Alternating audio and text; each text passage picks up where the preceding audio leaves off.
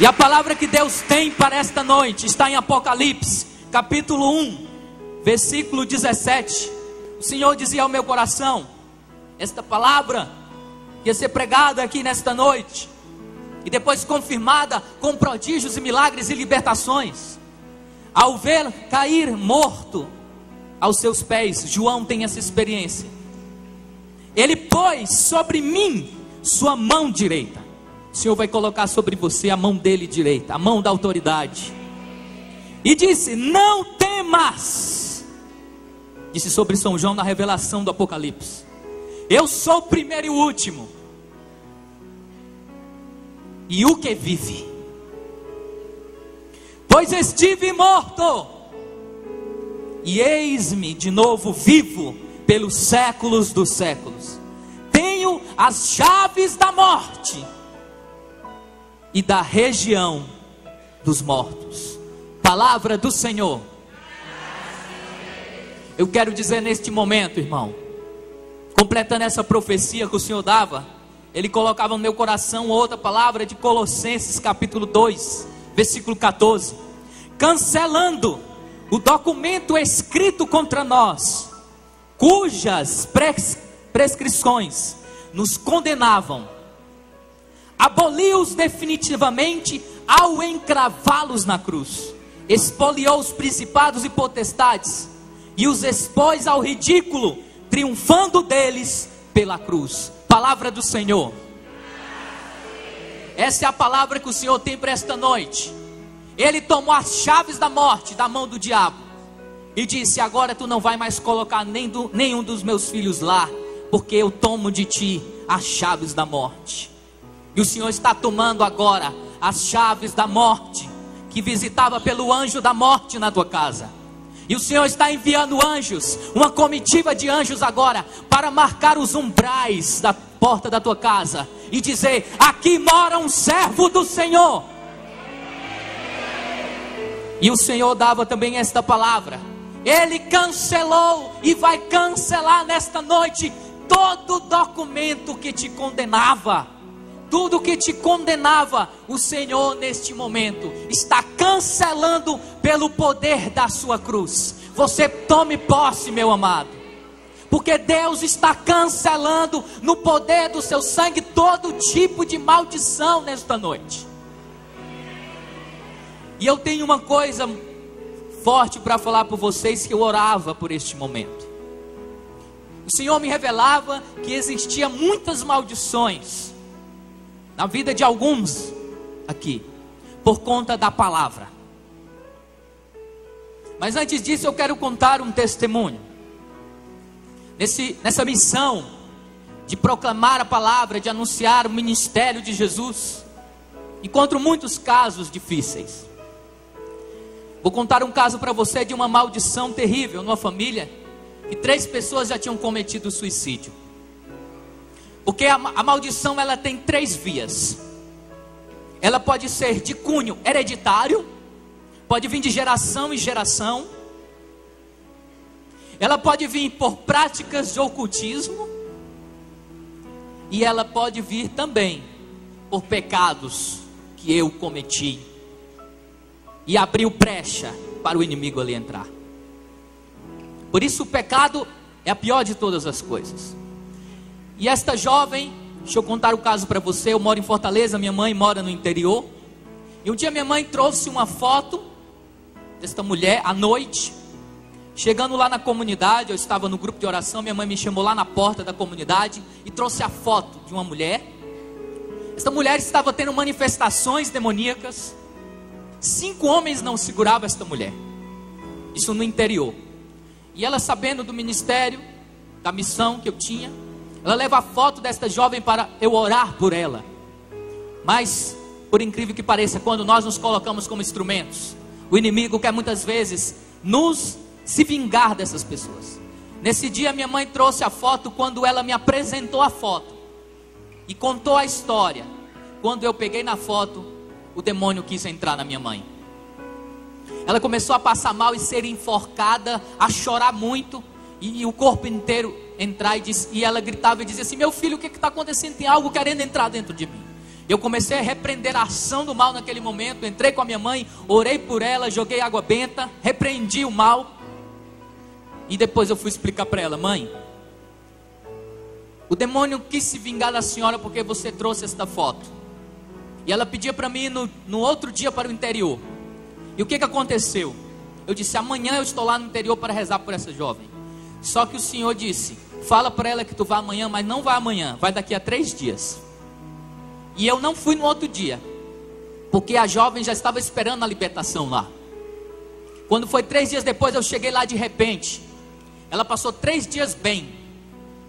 No terceiro dia, 7 horas da manhã, ela se levanta da sua casa e escreve um bilhete: estou levando ela para nunca mais voltar. Satanás escreveu no bilhete, através da mão dela. Quando chegou lá, ela não estava mais em casa. Eu disse: onde ela está? Aí, ela tinha um costume de correr e ir para debaixo de uma árvore. Esta árvore era um local onde as pessoas que lá estavam falavam que na família dela tinham pessoas que tinham se suicidado debaixo daquela árvore, tinham tomado veneno debaixo daquela árvore. Então o demônio, o mesmo demônio que tinha levado 3 pessoas da família dela, estava querendo levar ela ao suicídio. Ela já tinha tomado veneno, aqueles venenos que joga em mosquito, em insetos. E ela estava manifestando demônios violentos. Quando eu cheguei lá, disse: vamos lá. Quando nós chegamos lá, ela estava debaixo da árvore, no meio de um mato. O rapaz que estava com ela foi junto, o meu pai foi junto, a minha mãe, outros rapazes foram. E ela, quando chegou lá, o demônio ficou furioso. Fui com 2 amigos meus, começamos a orar por ela. Eu passei cerca de 1 hora orando por aquela mulher. A minha oração não tinha efeito nenhum durante 1 hora. Eu disse: Senhor, o que está acontecendo? Me afastei um pouco assim para o lado e pedi o discernimento dos espíritos. E o Senhor disse: o demônio que está nela é um demônio mudo. A oração não está chegando no coração dela porque o inimigo está tampando os ouvidos dela. Eu amarrei naquela hora esse demônio e disse: você não vai mais agir com a sua função. E a palavra e a oração vai chegar ao coração dela. Foi aí que esse demônio se manifestou. E ele foi dizendo que estava ali. E engraçado que ele não falava, mas ele começou a se manifestar de uma outra forma. Ele começou a escrever com o pé no chão. Ele escrevia com os dedos do pé na areia. E ele escrevia assim: eu sou o Satanás. E naquele momento ele ia revelando tudo que estava ali. Ele diz: nós somos 5 que estamos aqui dentro dela. E nós estamos levando ela. E ainda tem mais. E eu disse: e quanto tempo você está aí? Em nome de Jesus. Aí ele escreveu no chão: 5 séculos. Há 5 séculos ele estava nesta família. Naquele momento eu comecei a orar pela cura de geração dela. E eu perguntei ao pai dela. Disse: você tem 5 séculos, é 500 anos, descobrimento do Brasil. Você tem alguém descendente de português? Aí o pai dela disse: eu sou descendente de português. E ali foi revelado que a maldição dela vinha na vinda dos portugueses na descoberta do Brasil.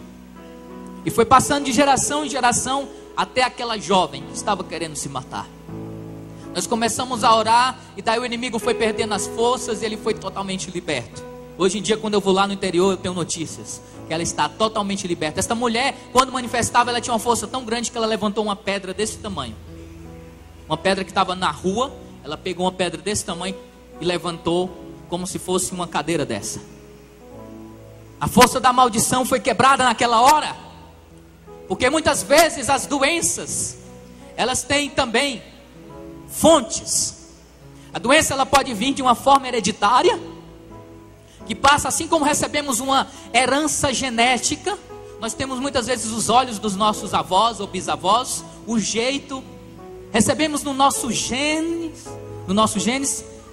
uma herança biológica, mas também recebemos uma herança psicológica e recebemos também uma herança espiritual de nossos pais. E aonde está esta função? Aonde está este fundamento? Está no dogma da culpa de nossos pais. Nós trazemos a marca dos nossos pais. Quem são nossos pais? Adão e Eva. E dali nós não podemos frear as consequências do pecado.